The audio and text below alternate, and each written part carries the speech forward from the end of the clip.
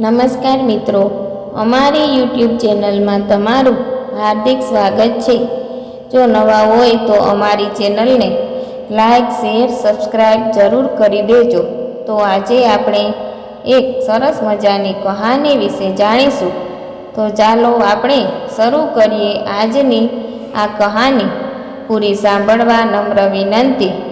જો તમે તમારા ગળામાં માળા પહેરવા જઈ રહ્યા છો તો સૌથી પહેલાં તમારે તેનાથી સંબંધિત ધાર્મિક અને જ્યોતિષી નિયમોને જાણી લેવું જોઈએ, નહીં તો તમને તેનાથી થતા લાભની જગ્યાએ નુકસાનનો સામનો કરવો પડી શકે છે। હિન્દુ ધર્મમાં ભગવાનની પૂજામાં માળા જપ કરવાની પરંપરાનું ઘણું મહત્ત્વ છે, જેના કારણે ભક્ત પોતાના ઈષ્ટદેવના મંત્રનો જાપ કરવા માટે માળાની માળા ફેરવે છે। હિન્દુ માન્યતા અનુસાર આ માળા 108 મણકાથી બનેલી છે અથવા તો કોઈ ચોક્કસ ધાતુથી બનેલી માળા છે। શુભ અને સૌભાગ્ય મેળવવા માટે લોકો આ માળા પોતાના ગળામાં અથવા તેમના કાંડા પર પહેરે છે, પરંતુ આવું કરતાં પહેલાં તમારે તેનાથી સંબંધિત તમામ ધાર્મિક અને જ્યોતિષીય નિયમો જાણવા જોઈએ, નહીં તો તમને લાભની જગ્યાએ નુકસાન થઈ શકે છે। કમળની માળા।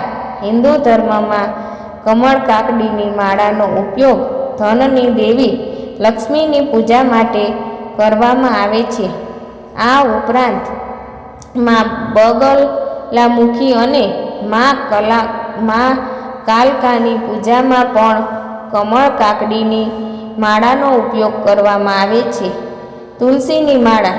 જો તમે તમારા ગળા અથવા કાંડા પર તુલસીની માળા પહેરવા માગો છો તો તમારે તેની શુદ્ધતાનું સંપૂર્ણ ધ્યાન રાખવું પડશે। ભગવાન વિષ્ણુની કૃપા વરસાવતી આ માળા પહેરવાના વ્યક્તિએ હંમેશા બદલાની વસ્તુઓથી અંતર જાળવવું પડે છે, નહીં તો તે પુણ્યની જગ્યાએ પાપ કરે છે, જેના કારણે તેને દરેક પ્રકારની સમસ્યાઓનો સામનો કરવો પડે છે। મોતીની માળા। મોતી ચંદ્રનું રત્ન માનવામાં આવે છે, જે મનનો કારક છે।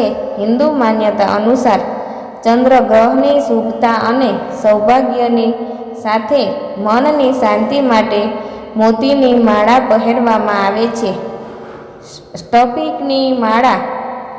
હિન્દુ ધર્મ અનુસાર જો કોઈ વ્યક્તિ સ્ફટિકની માળા પહેરે છે તો તેને શુક્ર ગ્રહ સાથે જોડાયેલી શુભ ફળ પ્રાપ્ત થાય છે। જ્યોતિષ અનુસાર આ માળા શુક્ર સંબંધિત દોષોને દૂર કરવા માટે શુભ માનવામાં આવે છે। રુદ્રાક્ષની માળા। હિન્દુ ધર્મમાં રુદ્રાક્ષની માળાને ભગવાન શિવનો મહાપ્રસાદ માનવામાં આવે છે। આ જ કારણે છે કે દરેક શિવ ભક્ત તેને પહેરવાને એક વિશેષાધિકારી માને છે, પરંતુ તેને પહેરવા માટે વ્યક્તિએ શુદ્ધતાનું સંપૂર્ણ ધ્યાન રાખવું પડે છે। હિન્દુ માન્યતા મુજબ શૌચ કે સમાગમ વગેરે સમયે રુદ્રાક્ષની માળા કાઢીને કોઈ પવિત્ર સ્થાન પર રાખવી જોઈએ। ચંદનની માળા। હિન્દુ માન્યતા અનુસાર અલગ અલગ સાધના માટે અલગ અલગ ચંદનની માળાનો ઉપયોગ કરવામાં આવે છે, જેમ કે સફેદ ચંદન અને પીળા ચંદનની માળા ભગવાન વિષ્ણુની પૂજા માટે વપરાય છે, જ્યારે લાલ ચંદનની માળા દેવીની પૂજા માટે વપરાય છે। વૈજયંતી માળા। હિન્દુ ધર્મમાં ભગવાન કૃષ્ણના ભક્તો ઘણીવાર વૈજયંતી માળા પહેરે છે, કારણ કે આ માળા મુરલી મનોહરને ખૂબ જ પ્રિય હતી। જ્યોતિષશાસ્ત્ર અનુસાર વૈજયંતીની માળા પહેરવાથી શનિ દોષ થતો નથી। ગુલાબવાડી સંબંધિત ધાર્મિક નિયમો। ભગવાનની પૂજામાં મંત્રના જાપ માટે હંમેશા ભગવાન કે દેવી અનુસાર માળા પસંદ કરવી જોઈએ। ભગવાન વિષ્ણુ માટે પીળા ચંદનના અથવા તુલસીની જેમ જ ભગવાન શિવ અને દેવી દેવતાઓની પૂજા માટે રુદ્રાક્ષની માળાનો ઉપયોગ કરવો જોઈએ. ભગવાનની પૂજા અને ગળામાં પહેરવામાં આવતી માળા અલગ અલગ હોવી જોઈએ. ગળામાં માળા પહેરીને કોઈ પણ દેવી દેવતાના મંત્રનો જાપ ક્યારેય ન કરવો જોઈએ.